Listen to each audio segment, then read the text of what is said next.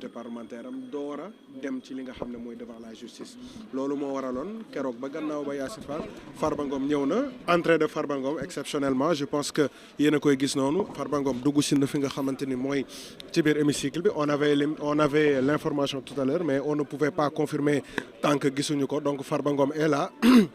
Mouhamadou Ngom di Farba agsi na fii nga xamante ni mooy ci biir assemblée nationale du Sénégal ànd nag ak ñi nga xamante ni ñooy groupe parlementaire am ñu ngi gis Aïssata Tall Sall Abdou Mbow ñëpp ñi nga xamante ni le député Dia itam daal dina ñëw àndandoo ki nga xamante ni mooy Mouhamadou Ngom Farba Ngom donc Mohamed tey je pense que exceptionnellement gis nañu ne Farba Ngom daal dina ñëw ngir mën a assister ci levée d'immunité parlementaire am levé woon nañ ko fi benn yoon xaw ma ñaari yoon mais teewutoon waaye tey waa benn yoon donc tey Farba Ngom ñëw na ngir teewee li nga xam mooy lii dafay firndeel ni il suit toujours de ses fonctions de député en tant que parlementaire itam am na droit daal di teew. parce que ci li nga xam ne procédure bi moom l'accusé il a droit à la parole pour défendre boppam wala bu fekkee ne mënu fi teew mu daal di jox keneen mu daal di ko kon xëy na défendre waaye comme que tey ñëw na parce que la fois passée wala semaine bi passée gis nañu ci presse bi ñu nekkoon Farba Ngom dafa bind jaare ko ci ay avocat bind ministre de la justice ngir sàkku kon mu daal di teew ci la nga xam te moo di d'abord ca commission ad hoc ba nga xam te ne kon ci lañ ko waroon a njëkk a déglu waaye surtout également la nga xam te moo di ci plénière bi gis nañ ko nag moom Farba mu ngi noonu daal di toog ci li nga xam te moo di entre Aïssata Tall Sall ak ki nga xam ne moo di honorable Diaw maire de Matam également moom Farba xëy na peut-être physiquement niñ koy daal di séenee amaana pour l'instant mu ngi toog leer mën nañu jàpp ne xëy na en tout cas mu ngi noonu daal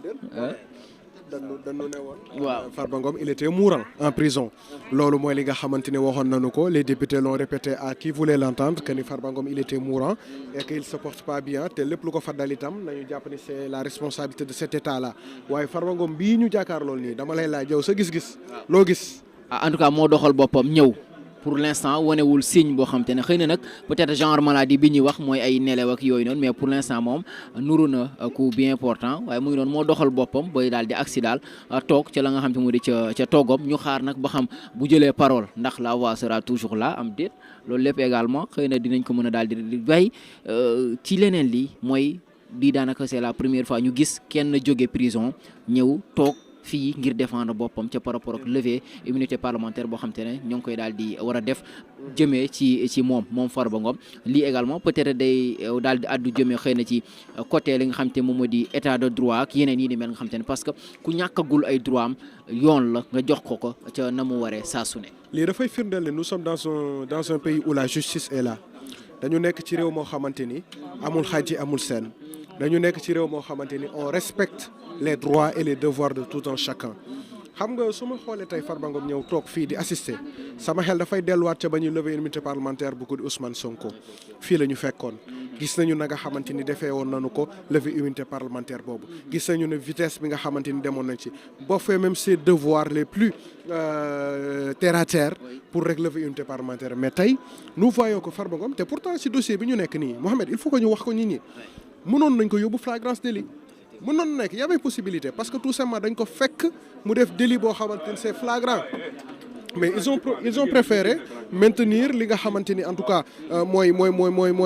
processus bi ngir mën a lever immunité parlementaire et je pense que loolu luy firndeel la lu bëree bëri donc tey Farba Ngom teew na le président de l'Assemblée El Malick Ndiaye dugg si na xam naa rek ñu daal di bàyyi ñu daal di seetaan. donc séance bi day daal di ubbi l'arrivée du président de l'Assemblée nationale El Malick Ndiaye ñu ngi noonu député yi daal dinañu jóg Farba ngi noonu jóg na ak i daraam yoo xam te ne kon moom la daal di sol daraam yu weex mu ngi noonu donc la séance est ouverte ñu bàyyi leen ak la nga xam te ne kon moom moo di séance plénière bi on se retrouve juste après li nga xam te moo di séance bi jërë ngeen jëf.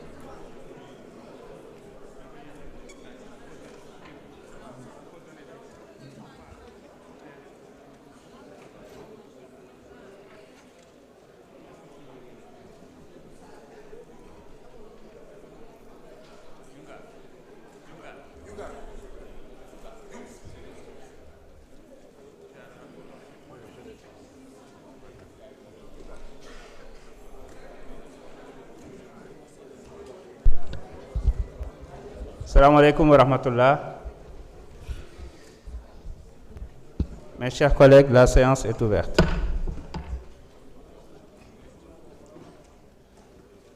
Mes chers collègues, l'ordre du jour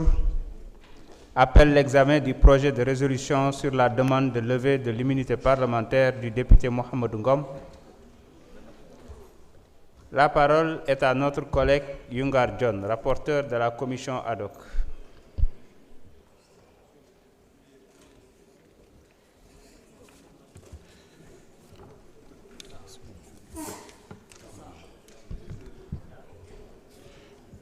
Merci, Monsieur le Président. Monsieur le Président, Madame le Ministre, Madame la Secrétaire d'État, chers collègues, conformément aux articles 61 de la Constitution et du règlement intérieur de l'Assemblée nationale, la commission ad hoc a été constituée pour statuer sur la demande de levée de l'immunité parlementaire de Monsieur le député Mohamed Ngom dit Farba. À la suite de la saisine de Madame le Ministre de la Justice, garde des Sceaux, par lettre numéro 00056 MJ/DACG/MD du 21 janvier 2026. Cette saisine fait suite à la correspondance numéro 004/PG/DK du 20 janvier 2026 par laquelle Monsieur le procureur général près de la Cour d'appel de Dakar a transmis la demande de levée de l'immunité parlementaire de notre collègue susnommé, formulée par le procureur de la République près le tribunal de grande instance hors classe de Dakar. Monsieur Mohamed Aïm Salim Dafé, membre de la commission ad hoc, a dirigé les travaux de notre première réunion tenue le 9 février 2026 dans la salle Marie-Joséphine Diallo. Cette séance a été consacrée à l'installation du bureau de la commission et à l'établissement du calendrier de travail. Après avoir constaté la présence effective de l'ensemble des membres, M. Mohamed Aïb Salim Dafé a remercié ses collègues et procédé à l'installation officielle du bureau dont la composition se présente comme suit. Président, Mohamed Aïb Salim Dafé. Première vice-présidente, Marie-Angélique Mam Selbe Diouf. Deuxième vice-président, M. Moussa Hamadissar. Rapporteur, Yungar John. Il a été précédé en outre à la lecture de la liste des autres membres de la commission, M. Ansoumana Nassar, M. Alindaou, M. Dimo Soare, Mme Fatou Ngom, M. Babakar Varor, Mme Amidia, M. Amadou Dia. Une fois le bureau installé, Monsieur le Président